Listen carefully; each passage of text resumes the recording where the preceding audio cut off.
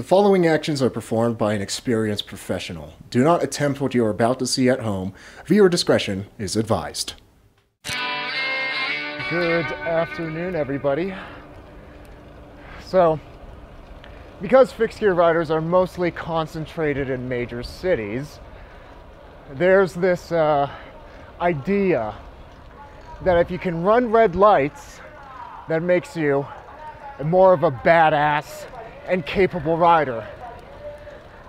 But I'm here to show you that that idea isn't necessarily true. Sure, running red lights does have its uses. It is a lot faster and keeps you in the flow of riding. But I'm here to show you that running reds doesn't necessarily make you a badass. That it can be pretty easy, and you can do it pretty safely, even if every single fixed gear rider's favorite movie, Premium Rush, at Wiley says, running reds, killing peds, can't stop, don't want to either.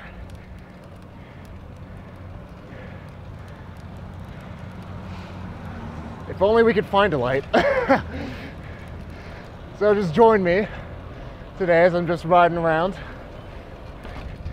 in Mexico City as I ride my way to Zocalo, one of the tourist attractions, to take some nice fixie photos of my bike. And this portion of the video is sponsored by Wabi Cycles. To learn how you can get the most fun out of your bike in 180 seconds or less, check out our new video series, 3 Minute Thursday, by clicking the card above. All right, here we go. I'm gonna run a red light. Boom. That's one red down. Like it's not that hard. One of the things about running red lights is that fixed gear riders have built it up so much that it's such a big deal. And that might be because if you get caught, it's an expensive ticket. I think in the US, it's like a $600 ticket or something like that. It ain't cheap. The thing is, in other places, people don't care. Here in Mexico, literally nobody cares if you run red lights on a bike.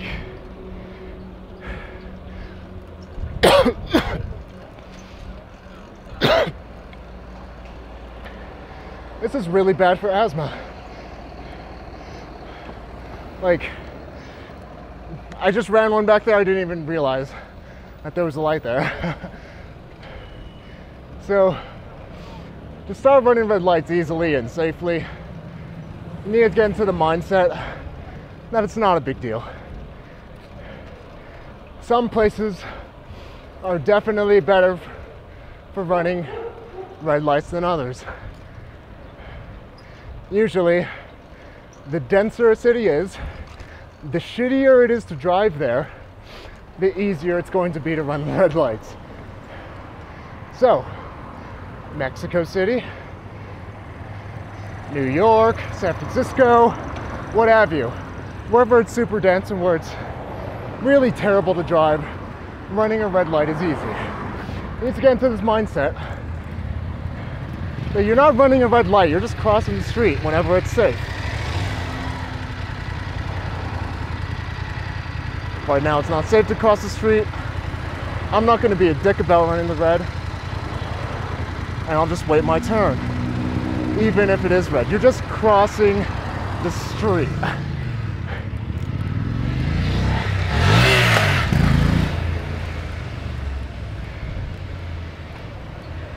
Obviously, some places that are like super car-centric, suburbs mainly, streets are very wide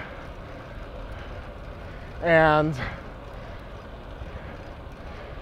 really fast traffic with lots of lanes of traffic, not going to be good for running red lights. But in cities, usually it's just 1 or 2 lanes of traffic you need to get across. Oftentimes it's just one way, one direction that you need to look.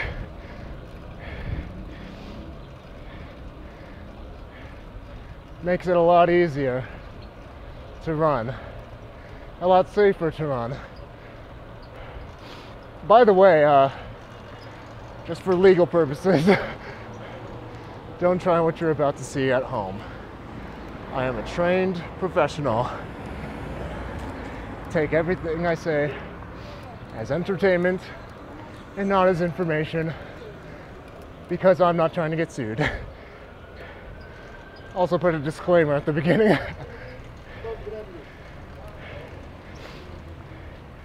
But basically, the worse a place is for driving, the better it is for biking.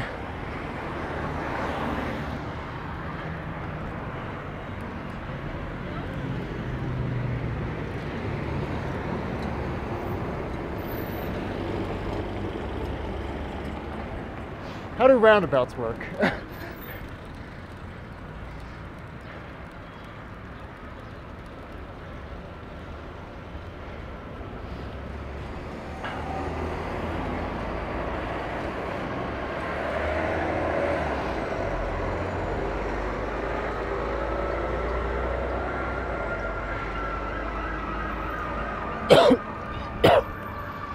Yeah, man, this pollution is killing me. Literally.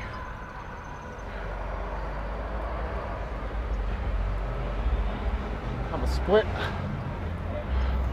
Excuse me.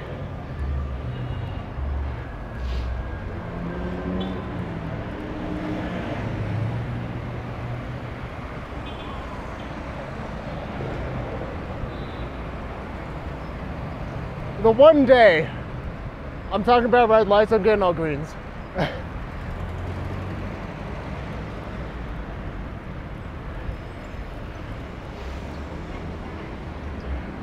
Here's a little movie magic tip.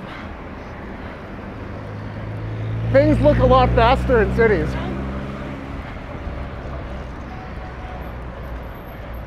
Because there's so much going on. They're so dense. It looks like you're moving a lot faster than you actually are.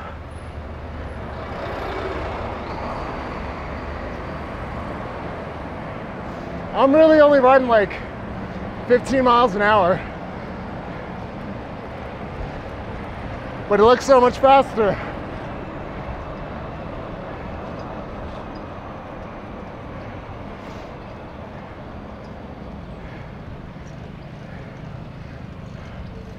But it feels killer because of my asthma and the pollution here.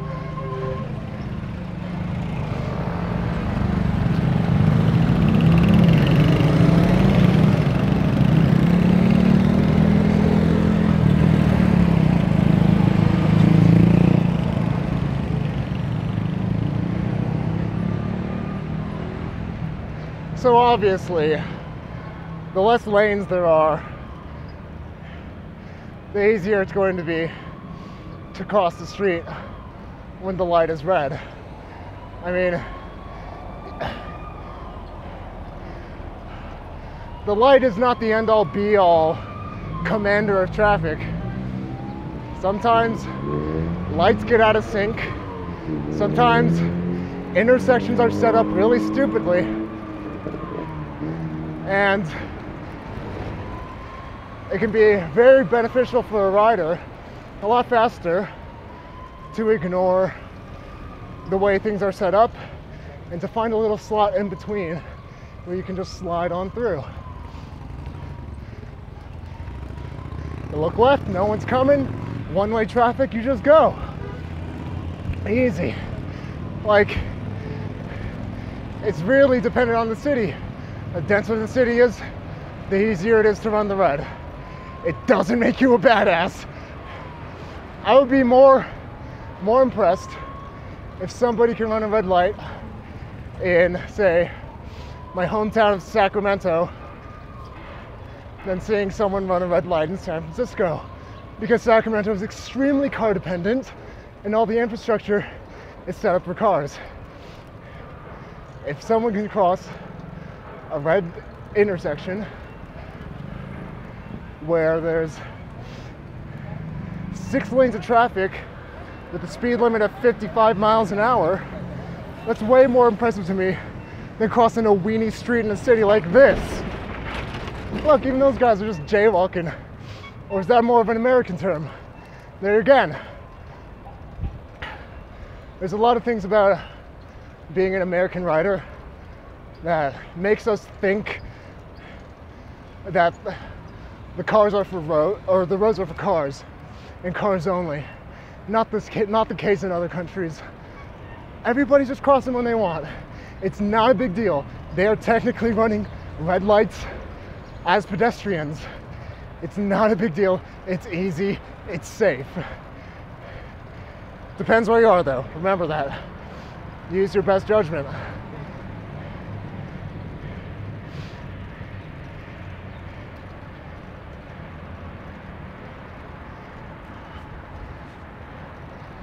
Yeah, there's this misconception that running red lights makes you a badass,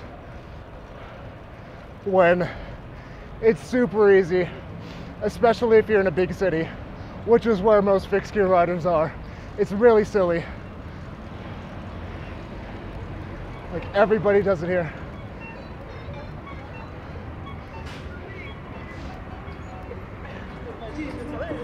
And again, there are unsafe times to cross a red light, like now. But if you can just see the flow of traffic, see where safe spots are,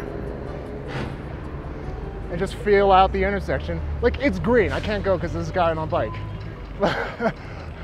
Like, if I had just gone on green and blindly obeyed the traffic laws, I would have hit that guy that was running a red light right in front of me.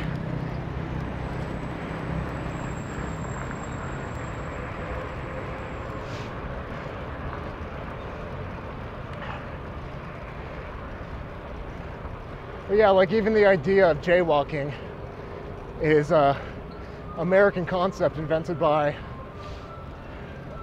the American auto industry so that people would let the roads belong to cars so that they can sell more cars. It's not that guy's fault that I hit him with my bike and possibly hurt him very badly. It's his fault, you know, shifting that responsibility. But that's not the case in a lot of other parts of the world, where everybody has a responsibility to use the roads, whether a light is green or not. He ran a red light. Oh, I'm so badass. That guy waited for me. It's all good. Everyone here is looking out for each other. And that's probably my favorite thing about riding in Mexico. People look out for each other. It's not just a, oh, you versus me mentality. It's much more laid back than that. Much more conductive to being a good human being. Where people don't justify accidentally murdering someone with a car because the light told them to.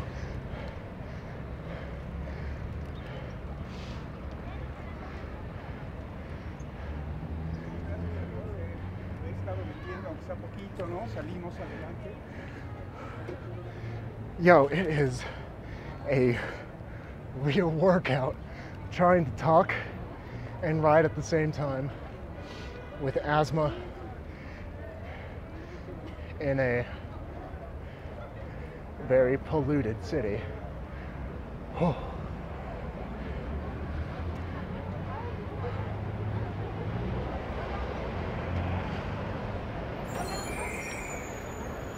All right, Super Pack's here. Can't even ride my bike.